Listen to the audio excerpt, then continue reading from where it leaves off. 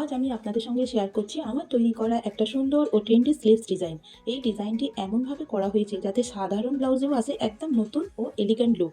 সহজ হলেও এই ডিজাইন খুব স্টাইলিশ, তাই ডেইলি ওয়্যার থেকে শুরু করে পার্টি ওয়্যার সব জায়গায় এই ডিজাইনটা মানানসই। চলুন দেখে নিই কীভাবে করছি। প্রথমেই বলি, স্লিভস ডিজাইনের জন্য স্লিভসটাকে মেজারমেন্ট অনুযায়ী কাটিং করে নিতে হয়। তো আমি আমার মেজারমেন্ট অনুযায়ী কাটিং করে নিয়েছি, কারণ আজকে আমি ডিজাইনটাই দেখাবো, তাই কোনো রকম মেজারমেন্ট দেখাচ্ছি না।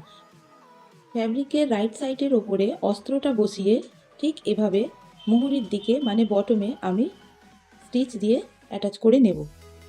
আর লক্ষ্য রাখতে হবে স্টিচটা যেন বাঁকা না হয়, একদম সোজাসুজি স্টিচ হবে। এবার অস্ত্রটাকে ফোল্ড করে নিয়ে পেছন দিকে দিয়ে দেব, মানে ব্যাক সাইডে দিয়ে দেব। দিয়ে হাতের সাহায্যে চেপে চেপে এভাবে অস্ত্রটাকে বসিয়ে নেব। যারা স্লিভস ডিজাইনে একটু ফ্রিল দিতে চাইছেন বটমে, তো এখানে তখন চাপ সেলাই না দিলেও চলবে। আমার যেহেতু সিম্পল আছে, সেজন্য আমি একটা টপ স্টিচ দিয়েই দিচ্ছি। আর এটা খুব সুন্দরভাবে দিতে হবে যেন স্টিচ বাইরে না চলে যায়। কাট করে নিয়ে এটা এবার কাপড়টাকে ফোল্ড করে নিয়ে এবার রাইট সাইড ওপরের দিকে রাখতে হবে, আর মিডল বরাবর একটা আমি দাগ দিয়ে দেব।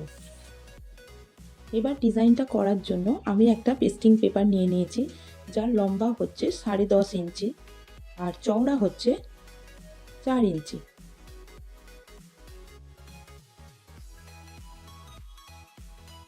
তো এবার এটাকে ফোল্ড করে নিয়ে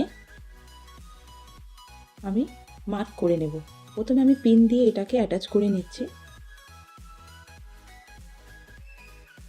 তারপর এবার আমি মার্ক করব।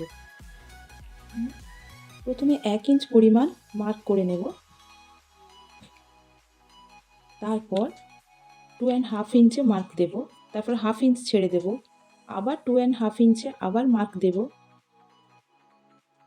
তারপর আবার 1/2 ইঞ্চ ছেড়ে দেব, আবার 2.5 ইঞ্চে মার্ক দেব। এভাবে আপনারা চাইলে মানে বক্সটা যতগুলো করবেন ঠিক 2.5 ইঞ্চে মার্ক করে করে ছাড়তে হবে। আপনারা চাইলে 3টে 4টেও দিতে পারেন। আমি এখানে দুটো বক্সের ডিজাইন দেখাচ্ছি। এবার 1 ইঞ্চ পরিমাণ মার্ক ওপর নিচে আমি দিয়ে দিচ্ছি, দিয়ে আমি স্ট্রেট লাইন ড্র করে নেব। তারপর আমি যে মার্কগুলো দিয়েছিলাম, তো সেগুলো সোজাসুজি লাইন ড্র করে নিচ্ছি, মানে একটা একটা বক্স বানিয়ে নিচ্ছি।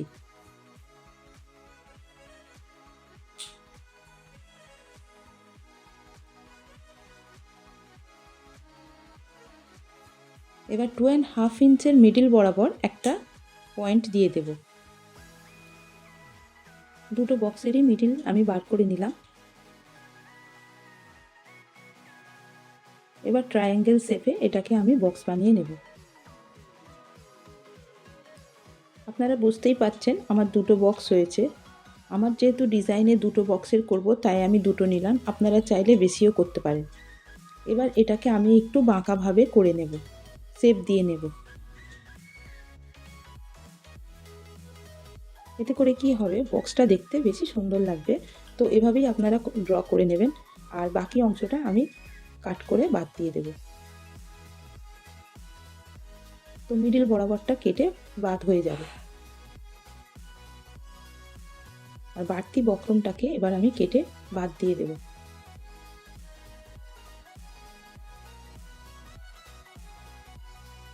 এবার যতটা পরিমাণ বক্রম কাপড় আছে মানে পেস্টিং পেপার আছে, ঠিক সেই পরিমাপের অস্তর কাপড় নিয়ে আমি দু সাইডে এভাবে সরু করে মুড়ে ফোল্ড করে নেব, আর পাশ দিয়ে একটা সরু করে চাপ সেলাই দিয়ে দেব। স্টিচটা বক্রমের চারপাশ দিয়েই হবে, মানে চারপাশ দিয়েই সরু করে মুড়ে ফোল্ড করে নিতে হবে।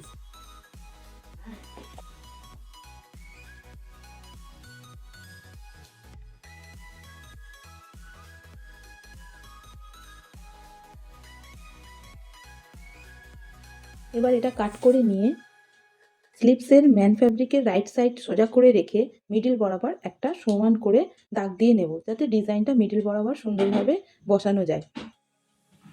এবার এর মিডিল বরাবর দাগ দিয়ে নিয়ে আমি পেস্টিং পেপারটাকে ঠিক এভাবে সোজাসুজি বসিয়ে নেব, মানে আমার দুটো বক্স যেন মাঝামাঝি পড়ে, আর পিন দিয়ে অ্যাটাচ করে নেব। এবার বক্রম কাপড়ের ওপর এমনভাবে স্টিচটা দেব যেন বক্রমের ওপর দিয়েই ফ্যাব্রিকের ওপর দিয়েই স্টিচটা হয়।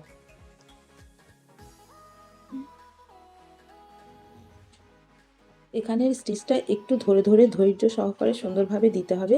আর স্টিচটা অবশ্যই ডবল দিতে হবে, কারণ যদি ডবল না দেওয়া হয় তাহলে স্টিচটা সরে যেতে পারে আর মেন ফ্যাব্রিক থেকে কাপড়টা খুলেও যেতে পারে।